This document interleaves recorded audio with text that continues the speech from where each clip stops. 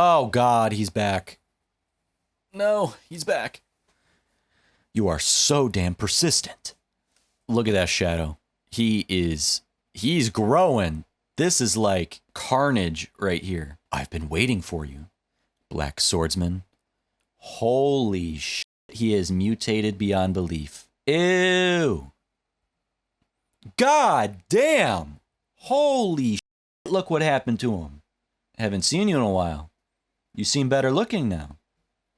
Oh my God. What the? Oh, that's one limb. I thought that was like a tail or something. No, his arms are disgustingly long and they have...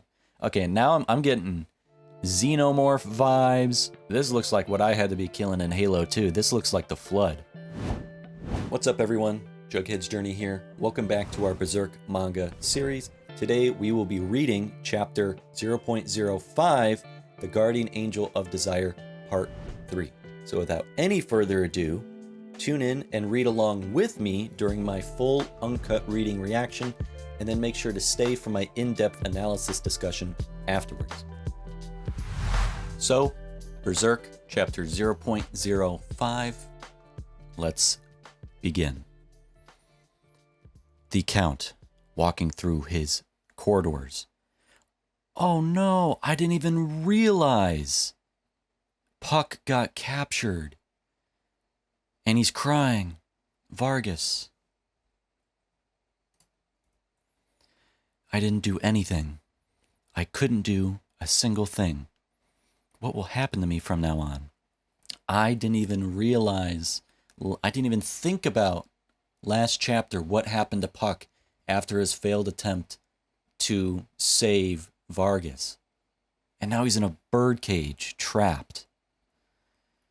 And he's thinking of cake. Okay. Who is this girl in the nice bed? Is this the stereotypical beautiful young woman daughter to the ugly ass evil Count? And that's exactly what it is. Father. Still not sleeping? Theresia? I've never heard that. I've never seen that name before. Teresa, but with an I-A at the end. Theresia is how I'm going to say it? Or, yeah, I have no idea how else to say that. Still not sleeping, Theresia? She's his daughter. That's what I'm saying. Why are you visiting so late? I got something interesting for you. Wow, an elf? Is it real? He's gawking a little bit. So do you like it? Yes. Thank you, Father. Theresia, are you lonely? Again, typos. You got to understand. I can't let you go mixed with these outcasts. Theresia, my only daughter. Whoa. She does not want to be touched by her father. Does she have an inkling that this is not her real father too? His face looks completely different than what we saw before, like a shape-shifting face, not as demonic. So he's hiding his true form to his daughter, and I think she might be sensing that. You still won't let me touch you. All right, it's late. Get to sleep. Father. Nothing. My lord, get out. Get out of my sight. That's what I'm talking about right there. Look at how that face changed. Now, it is all the shadow and the mood, but look at that. Jesus. Scary ass mug on his face. Theresia. This. Huh? What am I supposed to be looking at? Okay. On the way here. Wait. This. On the way here. Oh, can he sense guts in the castle or on his way? Oh God, he's back. No, he's back. You are so damn persistent. Look at that shadow. He's growing. This is like carnage right here. Making me think of Carnage. I've been waiting for you, Black Swordsman. Holy shit, he is mutated beyond belief. Ew. God damn. Holy shit, look what happened to him. Haven't seen you in a while. You seem better looking now. Oh my God. What the? Oh, that's one limb. I thought that was like a tail or something. No, his arms are disgustingly long and they have... Okay, now I'm getting xenomorph vibes. I'm getting... I don't know what. This looks like what I had to be killing in Halo 2. This looks like the Flood. No more fooling around. There's no escape for you this time. Whipping out the bow arm. It's not going to do anything, though. You got to cut off the head, man. That's not doing nothing. I'm surprised he still fits in that armor. What? Dude. It had him stumbling and trembling, but it's not doing anything. Dude. Firing more arrows. You can feel the gravity on these pages. Like, dude. I love the pages where there's not even any dialogue happening. You just have to take in each panel and like almost like squint your eyes and look at the detail.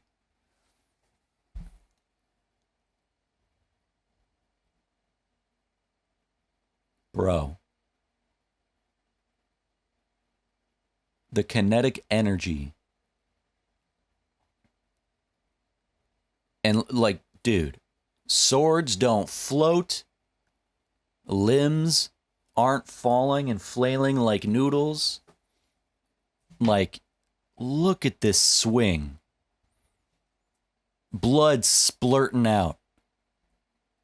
Ah, I see what he did. But there's drag, there's torque, there's recoil, air resistance, momentum, transferring of energy. It's like Mura makes violence feel like a physics class, like a physics lesson. So he realized, I can't just kill you. Nothing's hurting you. Let me take the foundation out from under you and you go crashing down. But look at those long-ass tentacle arms. You are not in the clear. Yep, there he is. Look at that tentacle arm coming with all those spikes and everything too. Reminding me like a xenomorph tail.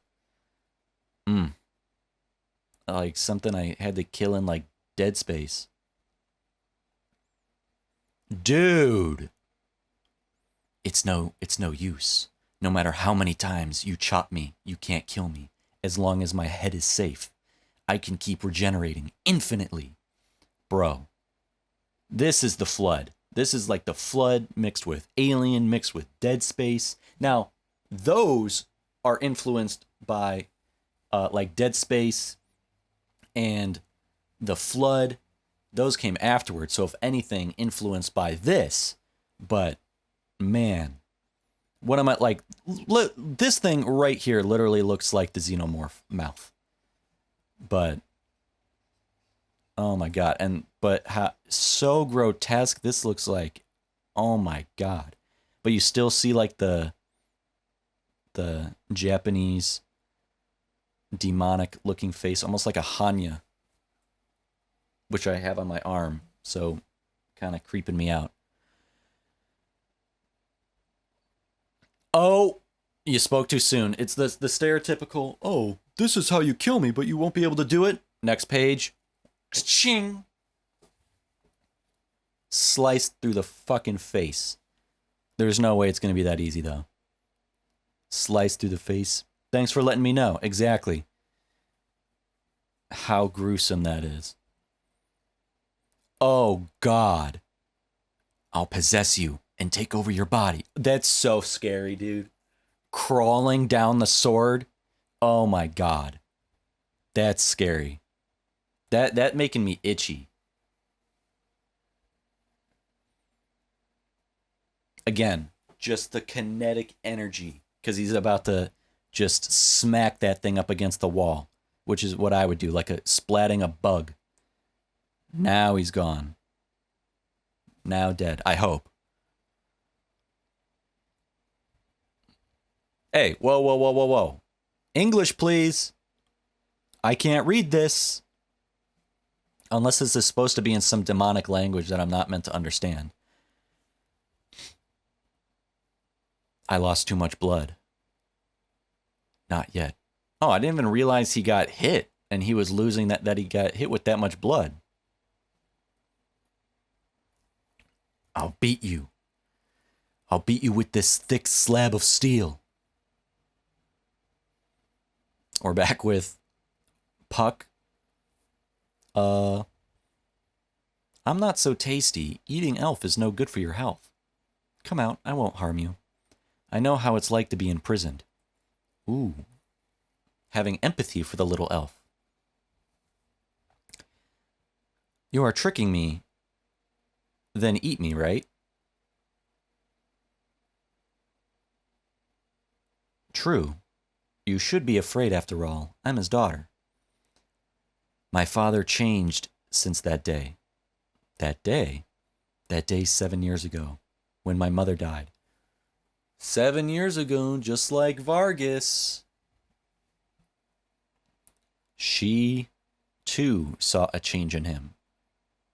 And that ever since then, for 7 years, does not let her father touch her. At that time, I was young, so I lost some details. My father said there were some outcast gypsies who revolted him.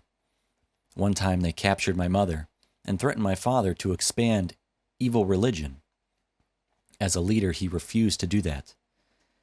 Then they threatened him that they will sacrifice her.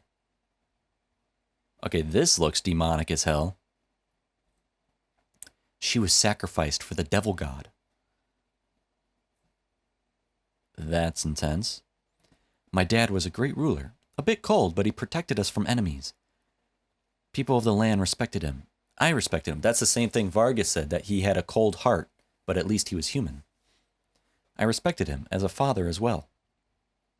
As soon as she gets a friend or another living thing, you know, a little companion, trauma dumping.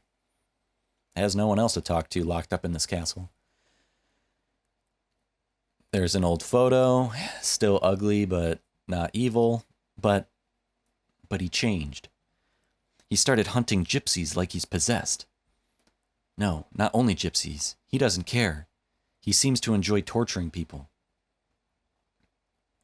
Theresia. I'm afraid. Sometimes I feel like he's no longer human. He is not. If only you saw the slug that he regurgitated out of his mouth.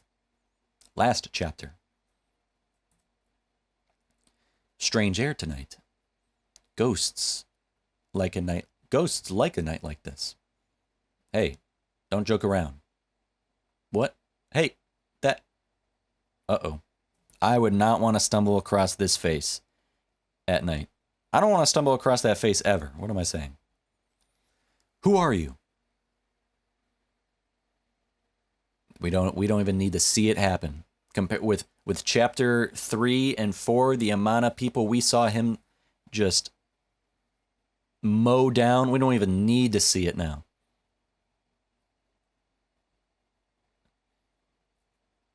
Swarmed again, surrounded again.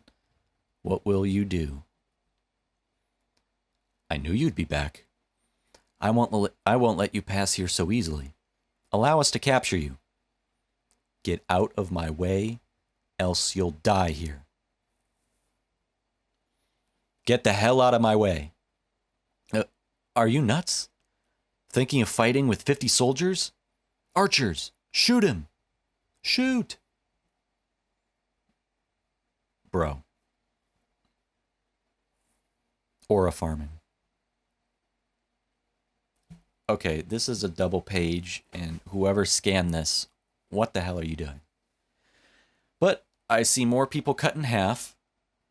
Like, a small room like that, one swing of Dragon Slayer taking down 20 people in one swing with the way it can slice through armored soldiers like warm butter. Head gone, torso gone. What are you doing? Kill him! The spears aren't going to do anything either. Again, another fell swoop with the sword, taking like 3 people's heads off. Again, bifurcating another person, cut in half. Guy's face half gone from vertically, another guy's face half gone horizontally, another guy vertically cut in half. Look at that, straight down the middle. Dissected like it's biology class. Don't waste any time. Jericho. Or Jericho? I'm going to say Jericho. Jericho. Uh-oh. Another big-ass bastard. What happened to Zongard? Or what the hell was his name? I already forgot. Oh, Zondark. What the hell did... Zongard? What the hell did I say? Go ahead. Your power is no second to Zondark. Show that power to him. We saw what happened to Zondark. Now, I don't want another version. I don't want you getting a slug down your throat, too, and turning into a demon. And he's already gone.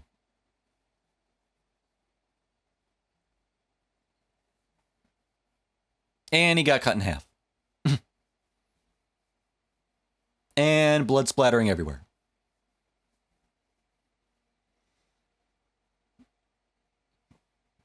Do we have a third person to go up against him? Zondark, down. Jericho, down. Do we have another contestant in the audience? Hey! Wait, where are you guys going? I won't forgive you. Come back. And now you're all alone. Dude, okay. This shot looks sick. I love that.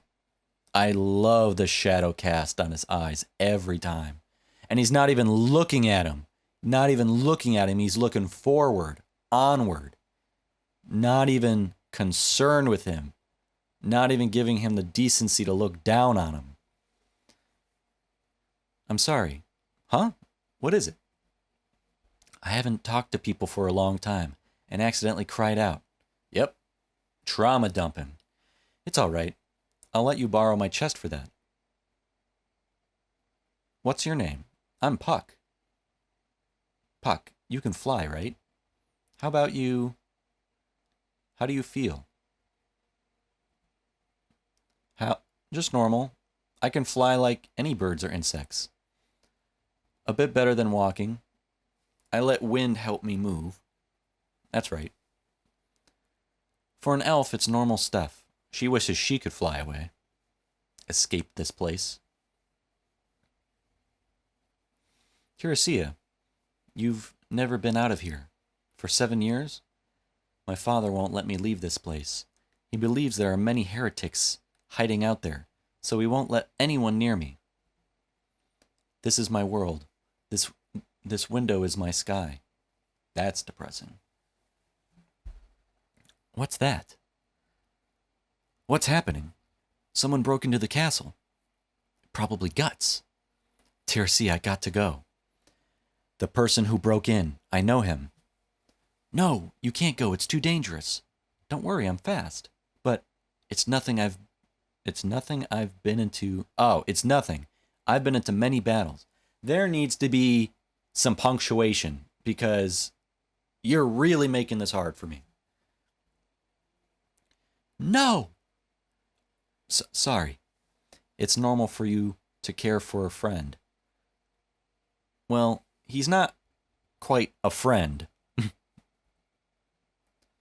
Go on, Theresia. I told you I understand the feelings of being imprisoned. That prisoner is no one else but me. Go ahead. I'm going now. And he's gone. Will they come back for her? What? Oh, I forgot. I'll come back soon. I knew it. In that time, I'll take Theresia out too. Got to go. So he's going to redeem himself. He couldn't save Vargas. He's going to try and save Theresia. I've never thought of that for a long time. Out. Out of this place. Out of here. To the outside world? The will to revenge for the heretics that destroyed his love life. That's why the Count uses the evil power. Power that summoned God Hand to make him one of the apostles. I feel like there's some grammatical mistakes going on here that is making this hard to comprehend. But it's impossible to find high quality scans of these chapters right now. So I'm working with what I have. Kicking the door in.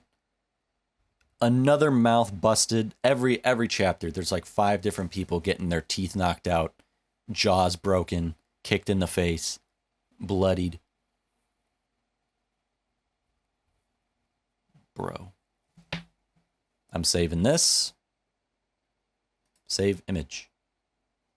Desktop. Chapter 5.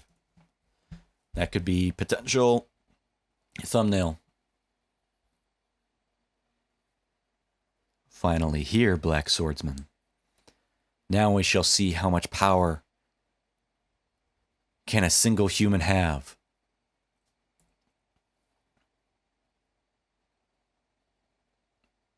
Walks right up to the throne. Takes one oh shit, there's a fucking octopus under the stairs. Holy shit. It's like he expected it to happen. He looked right down right away. What the hell is that? Good reflexes.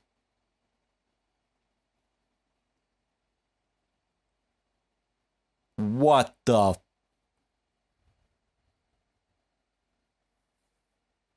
I can see your true power. That's a terrifying panel right there. This time, I got to be a bit more serious. Puck, fly a little faster. I don't know what you'll do. Too bad. Forgot to ask Theresia where the Count's room is. Man, whoever translates this scan needs to go back to like 2nd grade English class. Oh, there it is. The wall explodes behind him. I don't know if you want to get involved in this, man. Giant ass octopus tentacle demon thing in front of him. Yeah, what the hell is that? Yeah, get the hell out of Dodge. You are dead this time. Okay, this guy's fucking huge. He's mutated in a matter of seconds. The entire human essence of him, human physiology, gone. And look, this don't even make sense. Look at the face, but then an entire gigantic ass mouth. Ew.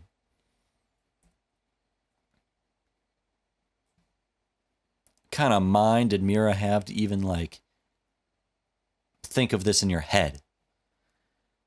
Even Dahl is terrified. I don't even know if Dahl has seen this before. Again, the gravity, the kinetics on every page. Took a limb down.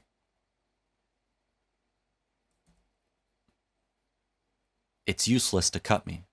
And the bigger I become, the more you cut, the stronger I will be. That big sword of yours is useless. So every time you attempt to cut him down, he only gets bigger. We're going to have to cut his head off too? Uh-oh. Is she going to die? What's happening? Everything's coming down. That door. She's terrified. Where's Puck? She opens the door. She's leaving. Guts! Where are you? Where is your bravery? Hiding out because you know there's no way of defeating me? Yeah, dude, he's like, what the hell is this? I can't believe it. You need to die. Black swordsman, where are you?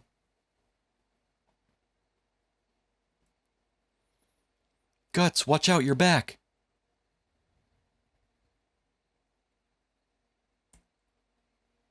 There we go, he's dead.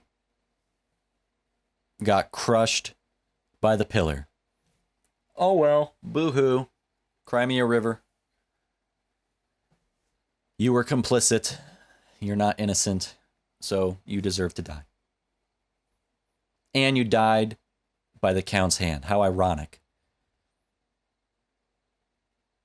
Look at him lunging. Again, you can feel the kinetics. You can feel the gravity. You can feel the momentum. The energy.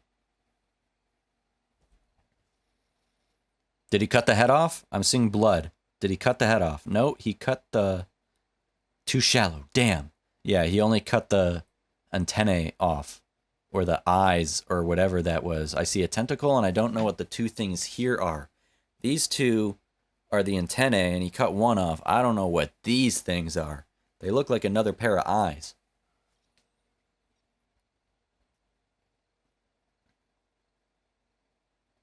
He's grabbed him more kinetic energy. Just sent him flying through another pillar, I think, is what I'm looking at right now.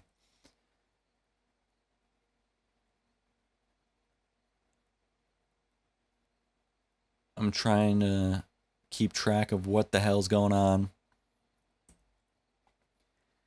Using that old priest as bait and attack my head.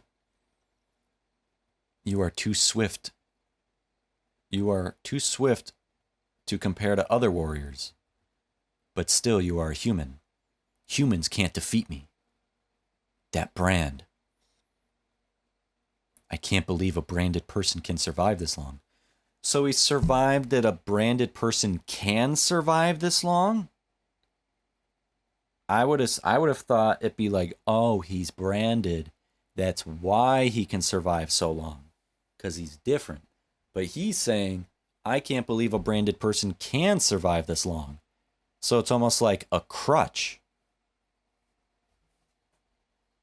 Or a crux. You want revenge? But a mere human like you can't do anything. See? I just lightly touched you and you can barely stand. No need to fight against fear and suffering until your flesh and blood possessed with ghosts. It's a meaningless fight. Let's end this and I'll end your suffering.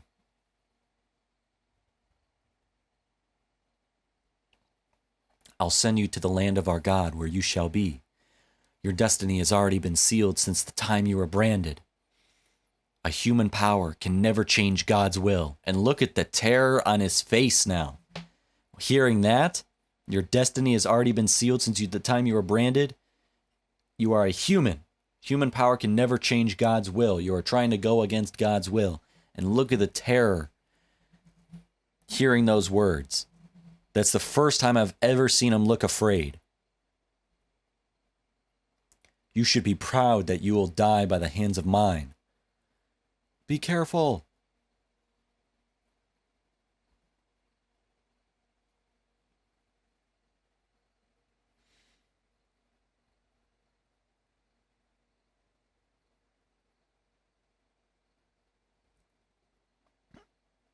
He's getting ragdolled just everywhere. He's getting ragdolled. Left, right, up and down, forwards and backwards. Jesus Christ. All you need is one shot with that sword still in your hand. Don't drop it, though. Yeah, okay, I didn't even see that panel. He still won't let go of the sword. That's why I didn't even see that when I commented that. Just don't let go of the sword. Uh-oh. His hand released. His hand released from the hilt of the sword. He's let go. Blood is oozing from his head onto the floor. Again, Puck, what can you do? This is terrifying. And is this going to be end of chapter 5? Is this the end? Did I reach the end? And now I'm on a cliffhanger? Yes, I am. The Count might have fully transformed and revealed his true self this chapter, and there might have been a hefty amount of action on some of these pages I just read, but to me, this was a character study chapter. The action came second to the pure depth of character development and character analysis. The symbolism, the themes, the messages. This discussion, I can honestly say, I don't know how much I'm going to touch the actual fight itself, if at all, because all I can think about, eagerly wanting to break down, are our 4 characters: Guts, the Count, Theresia, Puck. Our 4 portraits, each under their own pressure. The chapter opens with Puck captured, caged, sick over the fact he could not do a thing to save Vargas, and he wonders what his own fate will now be. The Count parades the caged Puck into a young woman's room, Theresia, his daughter. The stereotypical, beautiful, innocent young woman daughter to an overprotective, controlling, compromised father. The fact his gift to his daughter that he locked away in her room is likewise another living thing in a cage is meant to convey how her world is a locked chamber. Her entire world is these 4 walls. Her paternal care is her prison. Puck is locked away in a cage just as she is locked away in her own cage, only bigger. Is this protection or is this possession? There are 2 cages indeed. One is visible, one is architectural and authoritarian. Puck's bars are literal. He's holding on to them.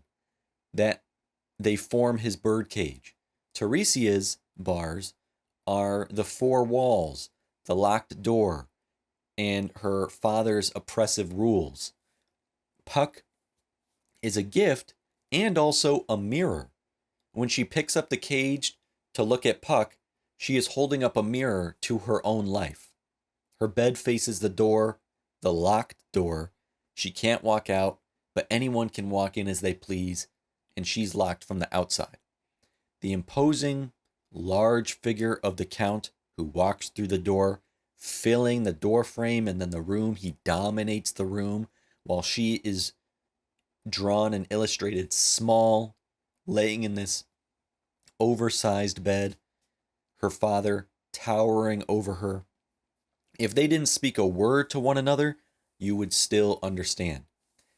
She lays in bed, staring at the door. It is Puck who brings her to the window. He can't get his daughter's love, so he tries to buy it with gifts, tries to negotiate with her loneliness, with objects and things. Your body wouldn't flinch from a safe parent. That's the only power she has, to say no with her body. Puck's presence does soothe her, just not in the way the Count anticipated, imagined. She spoke to Puck. Puck spoke to her. More so, listened to her. Instant companion. Puck frees her mind. What's interesting about the rejection is the fact the Count leaves the room looking hurt. Is that a glimpse of the man that remains? The father is there somewhere, pained at being rejected by the very person he would love the most, his own daughter? Or is that a narcissistic hurt from rejection, the demon's self-image denied any validation, repulsed? Is he hurt by her pain that he has caused? Or is he hurt that his self-image as a protector is broken? So, depending on the way you read it, it's either tragic or pathetic. And I like villains who are written where their humanity surfaces or their human aching surfaces.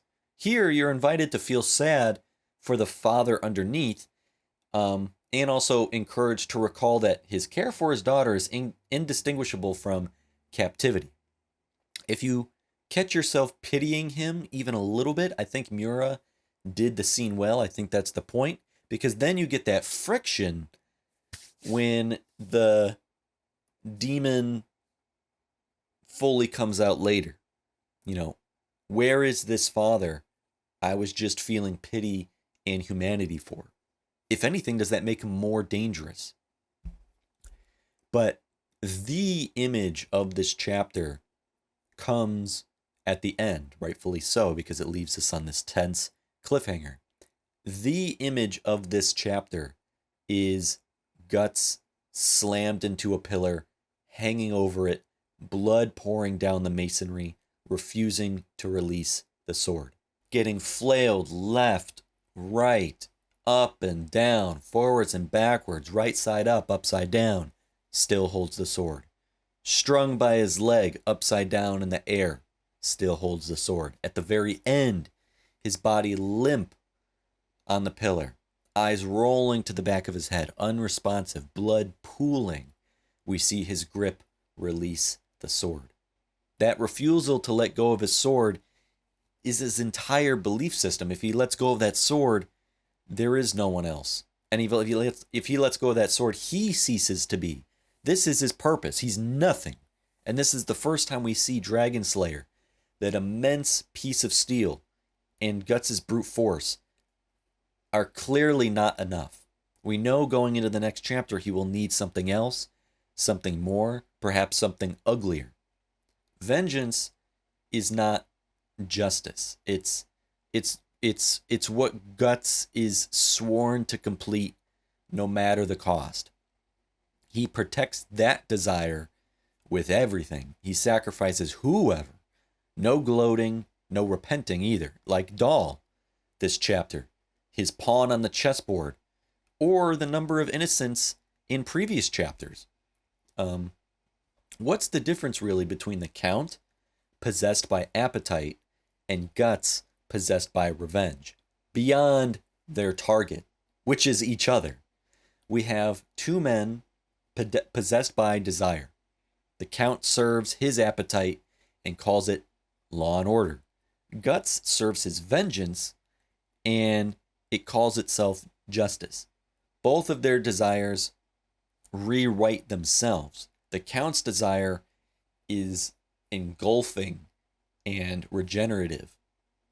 Guts' desire is narrow and corrosive.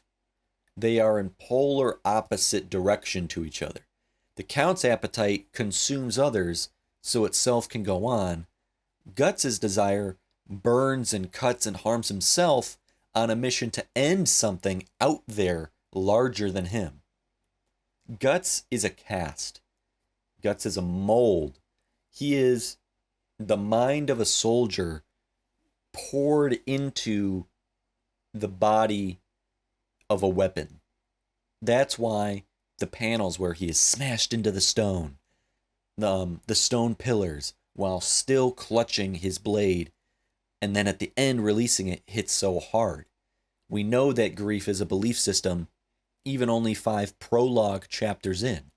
Releasing his grip from the handle collapses the self that he constructed. And notice how little he speaks at all this whole time. And when he does, how trimmed and clipped his words are. Talk is cheap. Silence is his armor. Villains love that conversational rhythm. Villains love to talk, to get in your head, to gain some terrain. Guts doesn't allow that. The sword does his talking. Guts doesn't fear death, or the thought of dying is not what haunts him.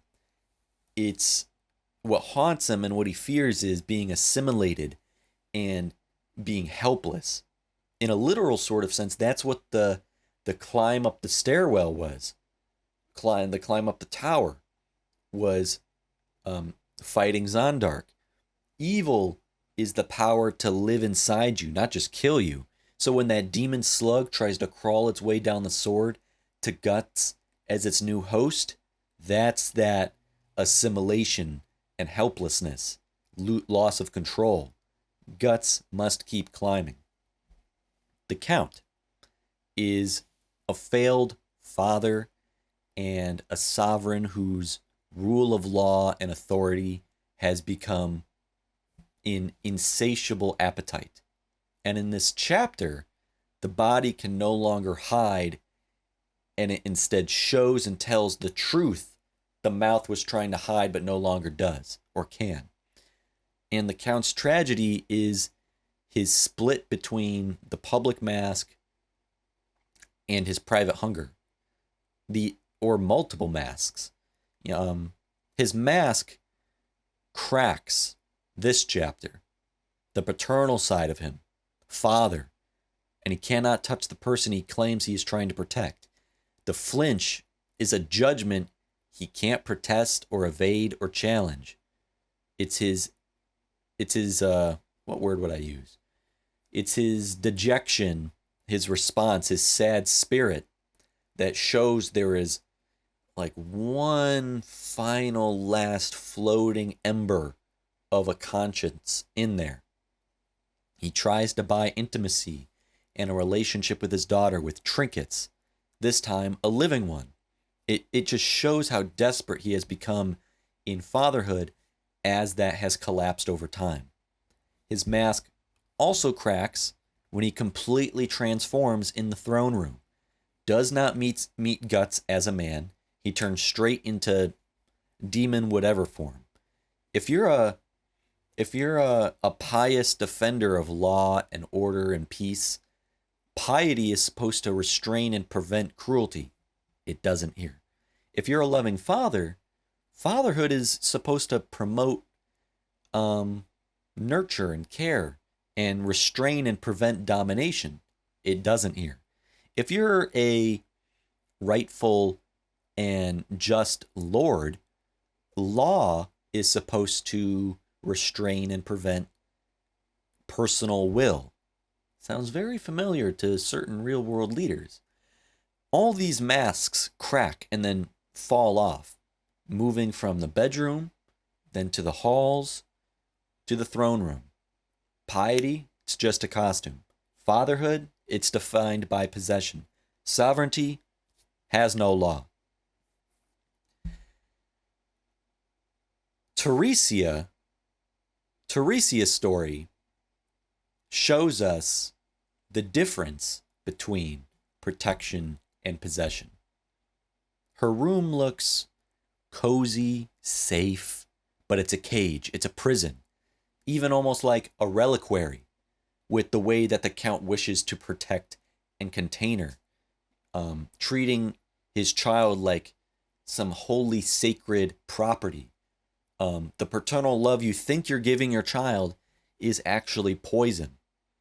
And when her door gets knocked off its hinges, it's the universe and indirectly her father creating a chance for her to step out of her cage and into life, into history, a consequence of the Count's transformation, his evil, his appetite, his actions, is that he loses his daughter. He did that.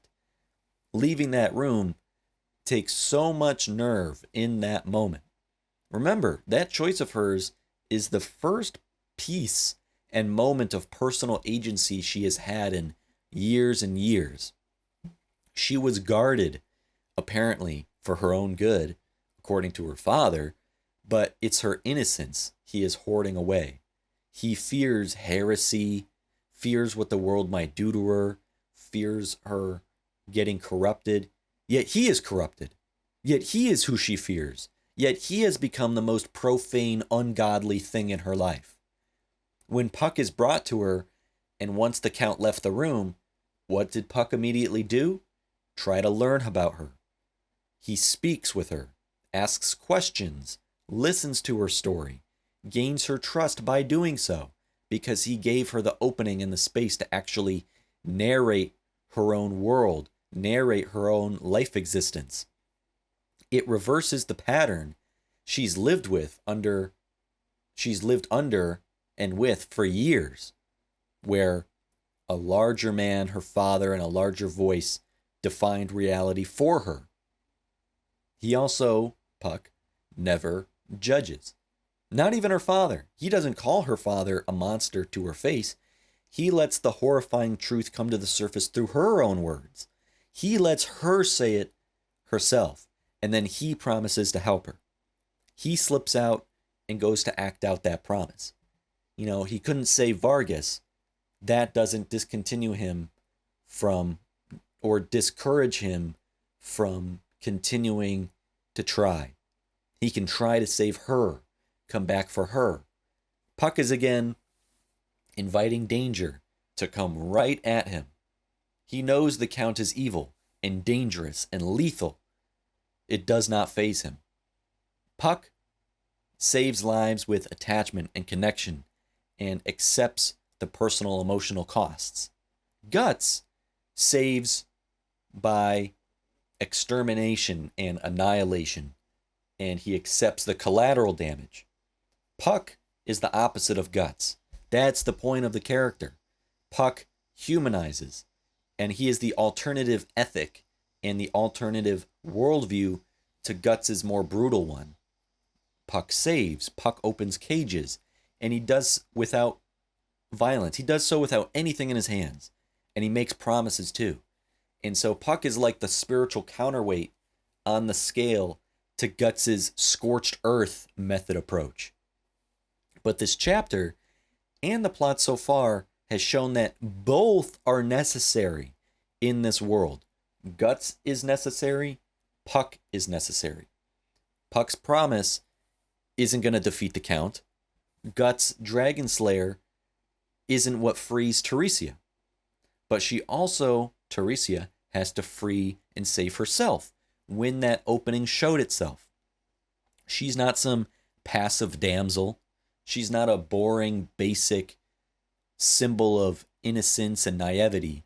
She's a mind stuck inside a prison, taking her first steps into real action. She goes from relic to truthsayer to agent. She was a relic in a room, placed and treated like something that must not be touched, not even looked at for too long. She becomes a truthsayer for her own existence. Puck is told the family story by her voice. And though the story is too clean, it's clean because it covers up a lot of blood. But she recognizes her father, her own father, as someone she needs to escape and run away from. She becomes an agent the moment she chooses to cross that threshold of the broken door leading into the hall, leading into opportunity, leading into the unknown. She's uncertain and she's afraid, but she still makes the choice and moves. I love the focus Puck gets this chapter through Theresia, these two together. He's the smallest figure in this story, yet continuously insists and reminds us that this story belongs to human beings. This story is about people. He is the tether to humanity. Puck operates where swords can't, so you get both sides. This story doesn't pretend that kindness can defeat a demonic apostle, but it is just kind of insisting that kindness can at least unlock, unchain, help, save even one human being. Each character stands for a certain desire in this castle. The architecture itself measures how large these desires have grown. The demon count literally fills the room, envelops the throne room, the chamber from floor to ceiling. His desire is his appetite. Guts strains and struggles and collapses against the columns holding the chamber up. His desire is his vengeance, and he's clinging to that sword. The daughter crosses a threshold she thought she never could. Her desire is her freedom. The Count guards and disguises his gluttony as faith and as fatherhood. Guts guards his vengeance and more and he's more than willing to purchase it with others' lives. Theresia guards her innocence and hopes and the last fragile space where both innocence and hope can choose to become will, given the chance, and that's what that door is. I'll be jumping immediately into the next chapter to see where this goes. And with that is where I'm going to end today's discussion. If you enjoyed the video, hit that like button, subscribe to the channel to stay in the loop, check out and subscribe to my Patreon if you want exclusives, early access, unedited reactions. And so, having said all that, and with that said, so long, until next time, thank you, have a good one, peace.